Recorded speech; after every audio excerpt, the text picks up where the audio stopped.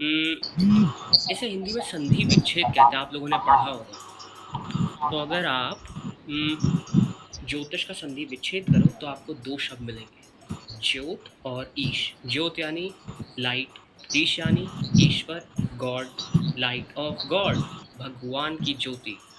Basically जो विषय था इस चीज़ के ऊपर था कि भगवान कौन है, भगवान से हमारा क्या रिश्ता है और भगवान तक कैसे पहुंचना है। मगर आज जो क्या बन गया है, मेरी जॉब कब लगेगी, मेरी शादी कब होगी, लव होगी अरेंज होगी, मेरा नीट कब क्लियर होगा, मेरे बच्चे कब होंगे, मैं फेमस कब होऊंगा, मैं पैसे कब कमाऊंगा, मैं फॉरेन सेटल कब होऊंगा। सी, मैं समझता कि हमारे नज़रिए से ये चीज़ें ज़रूरी होती होंगी, लेकिन ज्योतिष इन सब चीज़ों के बारे में नहीं था।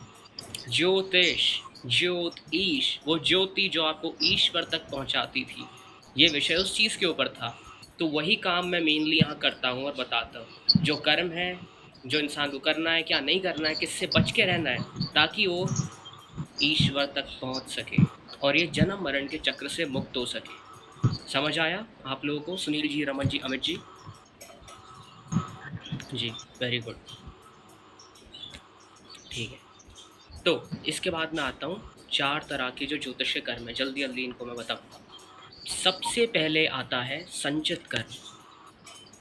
जी, मैं जब पूछूं तभी जी बोलिए, बार बार आप लोग जी बोल के परेशान भी मत होइए, कोई दिक्कत नहीं। जब मैं बोलूं समझ आया तब जी बोलना, ठीक? तो राजीव जी, डिस्टर्ब मत कीजिएगा, ये तीन लोगों की चांस आई है, इन तीन लोगों के आपको चांस चाहिए तो आप कल 9:05 पे आइएगा, ठीक है? चलिए मैं फिर शुरू करता हूँ। सबसे पहला कर्म है संचित कर्म। ये जो शब्द है संचित, इसका मतलब होता है इकट्ठा किया गया, एकत्रित किया गया हुआ, एक्यूमुलेटेड, टोटल, कलेक्टेड। मगर किस चीज़ का? हमारी आत्मा के सारे जन्मों के कर्मों का। जी, ज्योतिष के अनुसार हम सब के अंदर, हेलो इंद्रजीत जी, हम सब के अंदर एक आत्मा है, मेरे अंदर, आपके अंदर, हम सब के अंदर, ठीक है? और वो आत्मा ने पहली बार जन्म नहीं लिया है, उसने कई बार, मतलब 100 बार, 1000 बार, लाखों बार, क्या पता करोड़ों बार जन्म ले चुका है। मनुष्य की योनि में, इंसान की योनि में, मतलब इंसान, मनुष्य, जानवर, कीड़े मकोड़े, क्या पता पेड़ पौधे भी बने हो, लेकिन जब भी हमारी आत्मा को एक शरीर मिला है, उस शरीर में रह के हमारी आत्मा ने किसी न किसी प्रकार के कर्म किए, अच्छे बुरे पाप पुण्य जो भी, उन सारे कर्मों का और हर जन्म के कर्म का इकट्ठा हिसाब संचित कर्म है। समझ आया? सुनील जी, रमन जी, अमित जी?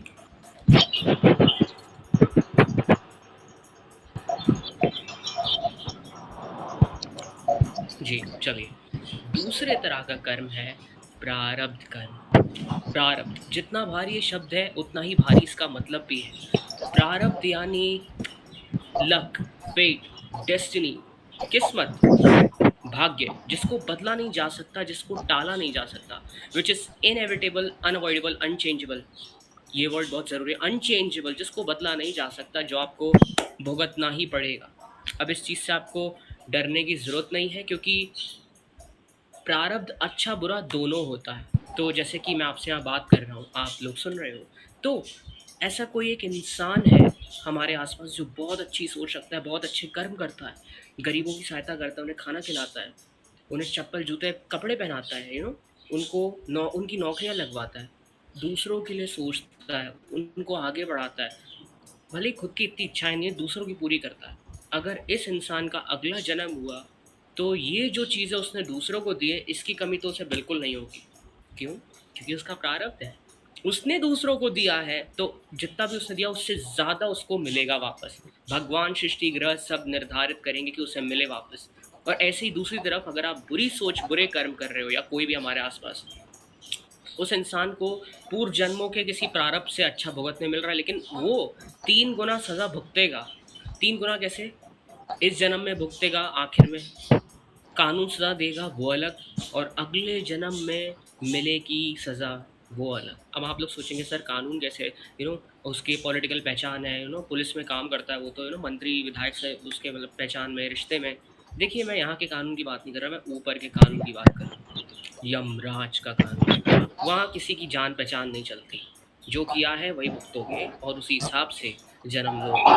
तो इसलिए अच्छे कर्म करिए और अच्छी सोच रखिए ताकि आप अपना अच्छा प्रारब्ध बना सकें।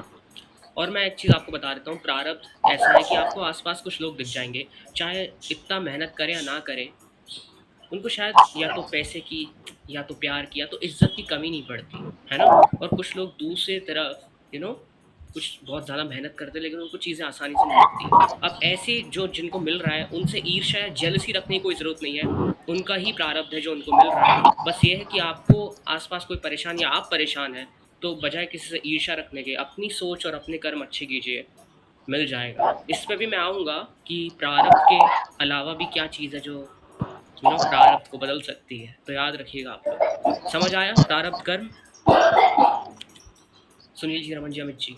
ओके, वेरी गुड, तीनों हैं। अब आते हैं तीसरे तरह के कर्म पे, अगमी कर्म। ये जो सबको हेलो जो हेलो बोल रहे हैं। तो तीसरे तरह का कर्म है अगमी कर्म। ये जो वर्ड है अगमी, ये हिंदी शब्द ही है, बस इसको छोटा कर दिया गया है।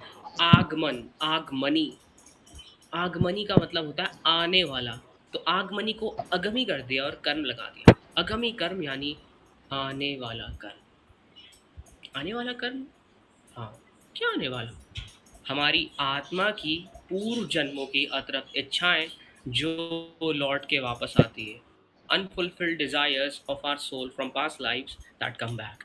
मुझे एग्जाम्पल के लिए एक नाम चाहिए। सुनील जी, रमन जी, अमित जी, आप तीनों में से मुझे कोई एक नाम दे दो जिसको मैं एग्जाम्पल के लिए यूज कर सकूं। अपना मत दीजिएगा, दूसरे का जो यहाँ पे है, उसका भी मत दीजिएगा। सबको हेलो जो हेलो बोल रहे हैं, राधे राधे, सबको हेलो और राधे राधे जो भी। रेशमा जी, कॉपी पेस्टेड मैसेज, जिसने कॉपी पेस्टेड मैसेज भेजे सीधा ब्लॉक हो जाएगा। कोई मत भेजना, मैं बहुत ज़रूरी चीज़ समझा रहा हूँ। अमित जी ने भेजा संदीप, सरबजीत, अंजू गुप्ता। वेरी गुड, तीनों के नाम बहुत अच्छे हैं लेकिन अमित जी का पहले आया तो मैं इनका संदीप ले लेता हूँ, ठीक है। Shivansh, very good. Maheshwari ji, thank you, सबका थैंक यू इन्वॉल्वमेंट के लिए। हम संदीप ले लेते हैं, ठीक है। तो अब ये जो संदीप जी हैं, ये एक मिडिल क्लास फैमिली में पैदा हुए, ठीक है, 1970 या जब भी। इनको बचपन से ही कारों का बहुत शौक था। कुछ लोग होते हैं इनको कारों के मॉडल निकलने से पहले ही पता चल जाता है। खुद की देश की नहीं, सारी देशों की जो कार की कंपनी है उनके नाम पता होते हैं, कारों के मॉडल। बचपन से इनको खिलौने में कार बहुत पसंद थी, लेकिन क्या पता था बड़े होते होते 10 साल 11 साल में ये बड़ी कारें चलाने की इच्छा रखेंगे।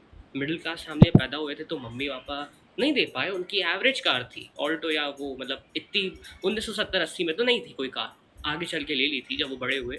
बट उनकी बचपन से ज़िंदगी बहुत मिडिल क्लास चली है। ठीक ठीक जगह से स्कूलिंग हुई, यूनिवर्सिटी एजुकेशन अच्छी खासी, एंड नौकरी लग गई उनकी 30,000 की। अब करीब जब भी वो मतलब हो चुके हैं 25 साल के, पैसे इकट्ठा कर रहे हैं, उनको महंगी कार चलाना पसंद है, ऐसी कार जो किसी और के पास ना हो। ये उनकी बहुत अच्छी इच्छा थी, बस वो चाहते थे महंगी कार चलाना। तो उनको ऑल्टो दे दो, हाँ ठीक है, कार है ऑल्टो, स्विफ्ट, हाँ ठीक है, बोलेरो भी बड़ी है बट ठीक है।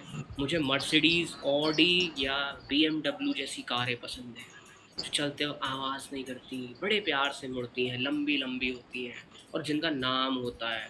जो कार देख के लोग समझ जाते हैं, हाँ क्या कार है, इसकी इज्जत है, इसका नाम है। ऐसी कारें उनको चलानी थी, उनको पसंद थी, खरीदनी थी। अब ऐसे ऐसे आगे बढ़ रहे हैं, 28 साल हो गए, उनकी शादी हो गई। अब शादी के बाद उनका मतलब प्रमोशन भी हुआ, लेकिन एक इंसान की जिम्मेदारी और आगे फिर बच्चे भी हो गए। अब मिडिल क्लास संदीप जी बच्चों पे ध्यान दे रहे हैं, बच्चों की पढ़ाई का खर्चा, खाने पीने का, रहने का, स्कूलिंग का, हर चीज़ का अब देख रहे हैं, तो पैसे बचा रहे हैं और ज़िंदगी आगे बढ़ रही, बच्चे बड़े हो रहे हैं। उन्होंने एक एवरेज कार ले ली काम चलाने के लिए, लेकिन अभी भी वो पैसा जोड़ रहे थे ज़्यादा से ज़्यादा वो कमा सके ताकि एक अच्छी महंगी कार लें। तो ऐसी ज़िंदगी आगे बढ़ रही है, अब उनके बच्चे बड़े हो रहे हैं, अच्छी यूनिवर्सिटी में भेजा उनको पढ़ाने के लिए, फ़ॉरेन भेज दिया क्योंकि ज़माना आगे आ गया है 2010 करीब 2000। तो उनको फ़ॉरेन भेज दिया पढ़ने के लिए और वो वहीं पे सेटल भी हो गए, उनकी शादी भी हो गई कुछ साल बाद। अब हो गए हमारे संदीप जी करीब 55 साल के, उनकी बीवी की तबीयत ख़राब रहती है, तो उनकी बीवी की तबीयत ख़राब है तो हर महीने कुछ ना कुछ मेडिकल में जाता है, पैसा बच नहीं पा रहा है उनके पास। पैसा मतलब थोड़ा बहुत तो हो गया कि दूसरी कार भी ले सकते हैं, लेकिन और जोड़ रहे हैं कि महंगी वाली और अच्छी चाहिए। तो अब ऐसे ही कुछ साल निकलते गए, 2-3 साल बाद उनकी वाइफ़ की डेथ हो गई। अब वो बेचारे और मायूस हो गए, अकेले हो गए, बट कोई बात नहीं, फिर भी काम कर रहे हैं रिटायरमेंट तक कि पैसा जोड़े और कार खरीदें।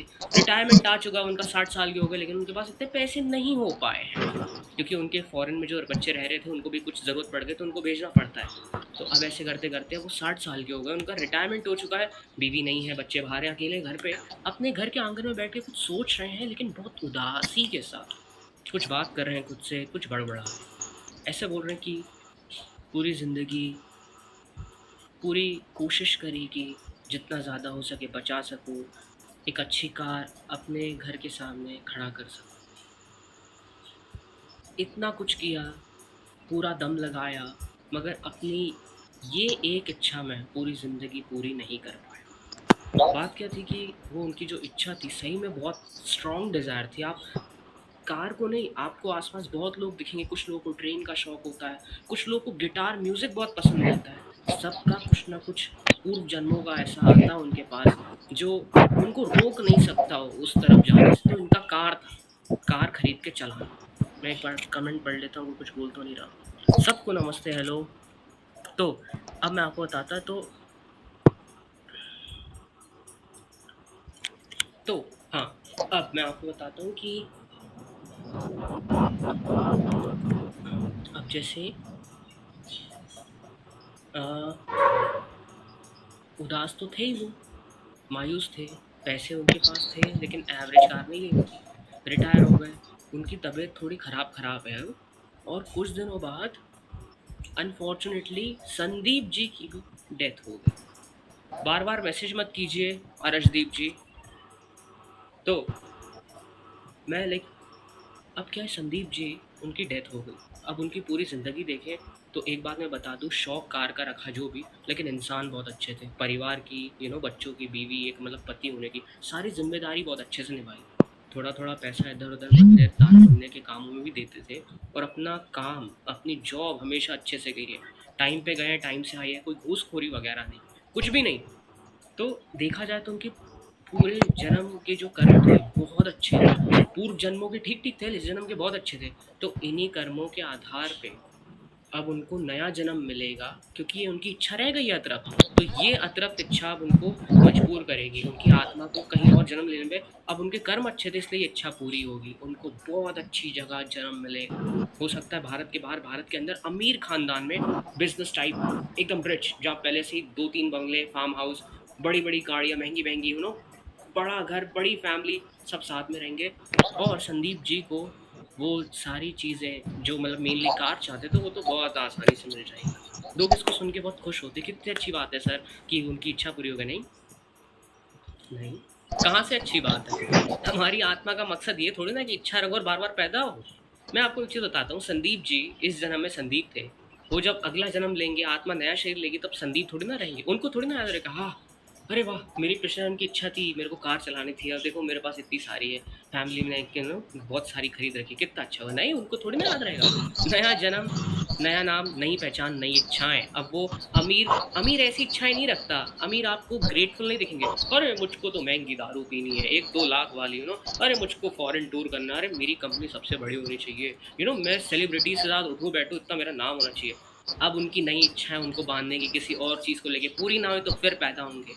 ये जो अगमी कर्म होता है, जो अतृप्त इच्छाएं लौट के वापस आती है, खतरनाक होता है, क्योंकि आपको बांधता है बार बार पैदा होने पे। इसलिए बड़े बड़े साधु ऋषि गुरु संत बोलते हैं कि कम से कम इच्छा रखो तो रखो ही मत, हैव लीस्ट डिजायर और नो डिजायर एट ऑल। क्योंकि एक बात मैं आपको बता दूं, हमें लगता है हम भोग रहे चीज़ें, हम नहीं भोग रहे, भोग हमें भोगता है, और इच्छाएं कभी ख़त्म नहीं होती, हम ख़त्म हो जाते हैं।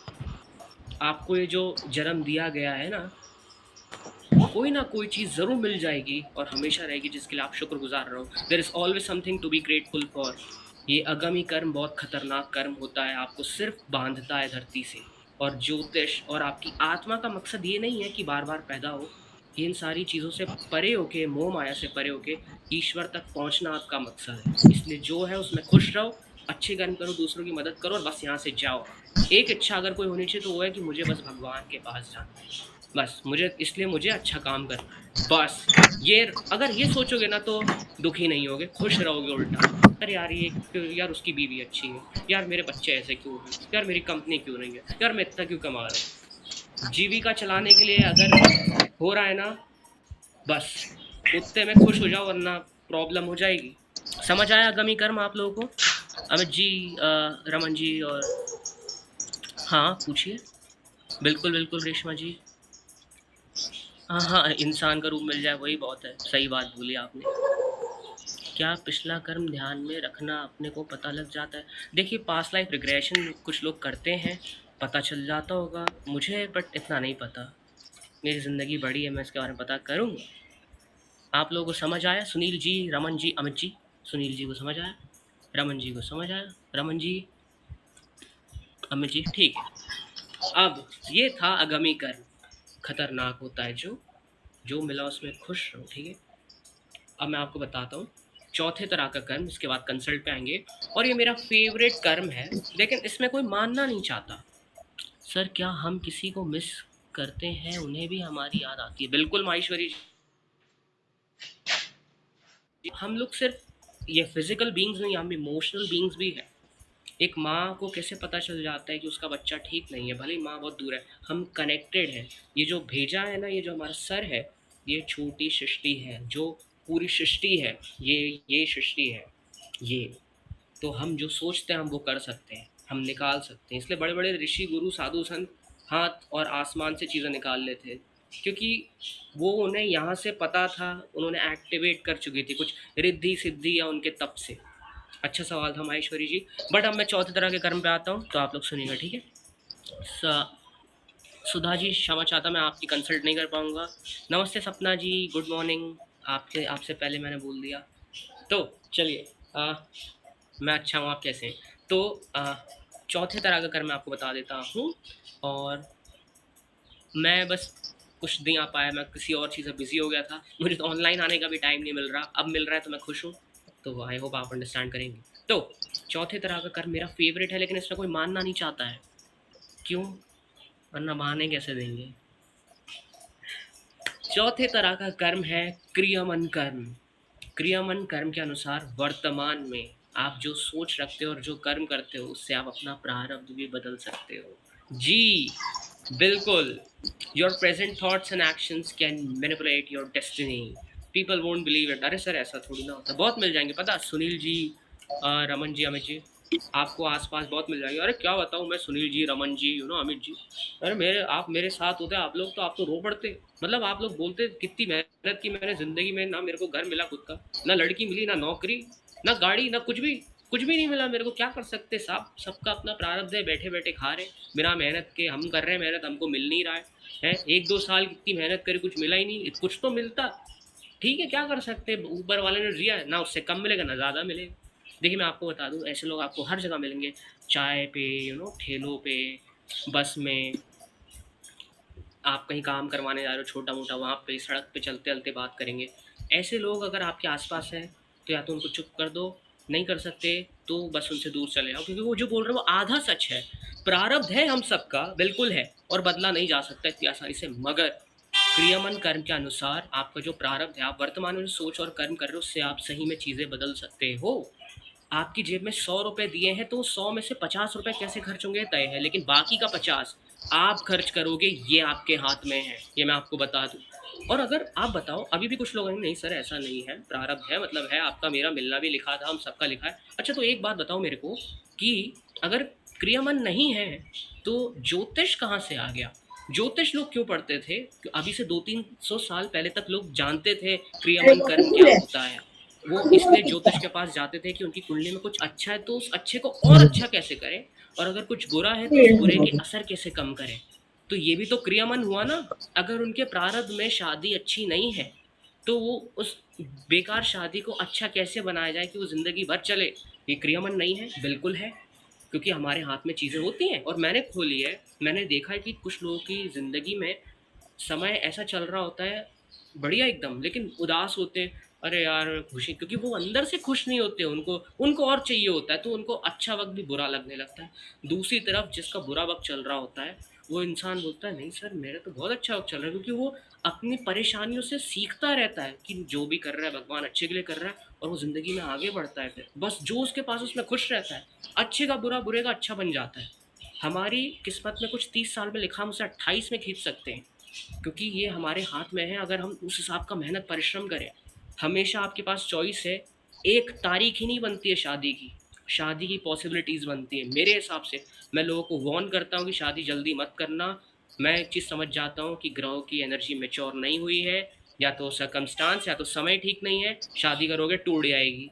मानो ना मानो, तो क्रियामन कर्म एग्जिस्ट करता है। कोई चीज़ चाहिए, अपना मेहनत करो, अपने पे विश्वास रखो। क्योंकि एक चीज़ याद रखना, पूजा पाठ कर रहे हैं 2-3 घंटे से लोग रोज़ रोज़, उनको कुछ नहीं मिल रहा। एक तरफ एक नास्तिक है, atheist, a person who does not believe in existence of God. वो मानता है कि भगवान भगवान कुछ नहीं होता, जो कर रहा हूँ मैं कर रहा हूँ। वो इंसान अपने ऊपर ट्रस्ट करके इतना काम करता है, वो सब अचीव कर लेता है। और यूनिवर्स भगवान देते हैं उसको कि भाई वो कर्म कर रहा है तो उसको क्यों नहीं दूंगा।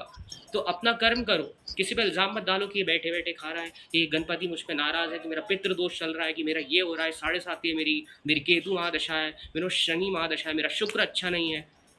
बंद कर दो ये सब, और जो ज्योतिष है सब फालतू बकबक करे ना, निकल लो वहाँ से। सीधी चीज़, गोचर की बात करें, अरे मंगल अपनी राशि में आ रहा है, बहुत सारी चीज़ें कि आपकी स्वराशि में भी आने वाला मंगल आपके लिए अच्छा या बुरा, बुरा तो नहीं, अच्छा होगा या नहीं होगा वो भी डिपेंड करता है। हमारे हाथ में चीज़ें, ये मैं आई गेस मैंने समझा दिया क्रियमन कर। तो समझ आया आप लोगों को? मैं अच्छा हूँ सपना जी, आपका मेल नहीं आया बट मुझे सबको हेलो जो हेलो बोल रहे हैं। सुनील जी, रमन जी, अमित जी, समझ आया आप लोगों को? एक बार हाँ बोल दीजिए, उसके बाद कंसल्ट करेंगे। जी, तीनों लोग हैं, बहुत अच्छा लगा मुझे। चलिए फिर, सबसे पहले ऑर्डर के हिसाब से ये जो 3 लोग हैं, सुनील जी आप अपनी डिटेल भेज दीजिए। मुझे टाइम दीजिएगा 10-10 मिनट, सबको मिलेगा, ठीक है? 10-10 मिनट नहीं, आगे पीछे भी हो जाता है, बट कंसल्ट अच्छी होगी। ये ट्रायल कंसल्ट है, इसके बाद दोबारा नहीं मिलेगी। कम से कम आप लोगों को पता चल जाए कि मैं कंसल्ट कैसी देता हूँ, ठीक है?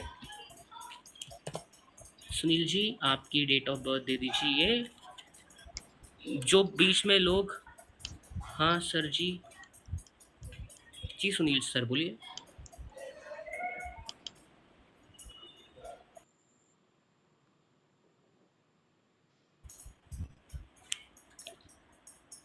12 जून 1971 सुबह का, okay, 12 June 1971, time of birth is 7:15 सुबह का। सर टाइम आपका सटीक है ना, एग्जैक्ट है ना? आगे पीछे तो नहीं है, 5-10 मिनट फर्क आ जाएगा उसमें? जी चले, बढ़िया। कहीरा, काहीरा, यूपी।